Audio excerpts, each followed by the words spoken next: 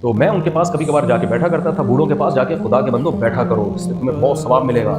نبی صلی اللہ علیہ وسلم نے فرمایا جو ہمارے بزرگوں کی تعظیم نہیں کرتا وہ ہم میں سے نہیں ہے, اسے اکیلا مت چھوڑو ان کو.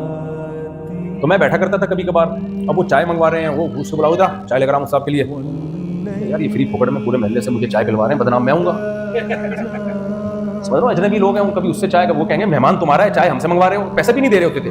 پھر وہ ادھر دودھ پتی لے کر آ, پھر اس کو کبھی بول رہے ہیں ادھر آ جوس لے کر آ, ادھر آ گنے کا رس لے کر آ. میں نے پوچھا, میں نے کہا حضرت یہ محلے والے آپ کی اتنے فرما بردار کیوں ہیں؟ کہ محلے والے نہیں ہیں, یہ سارے میری آل اولاد ہیں.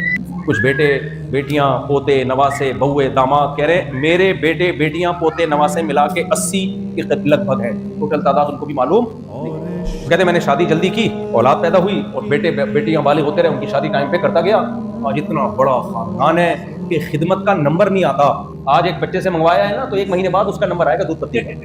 یہ خوشیاں ہیں جو اسلام نے دی ہیں, کن چکروں میں پھنس گئے میرے بھائی. کھلانے والا کون ہے؟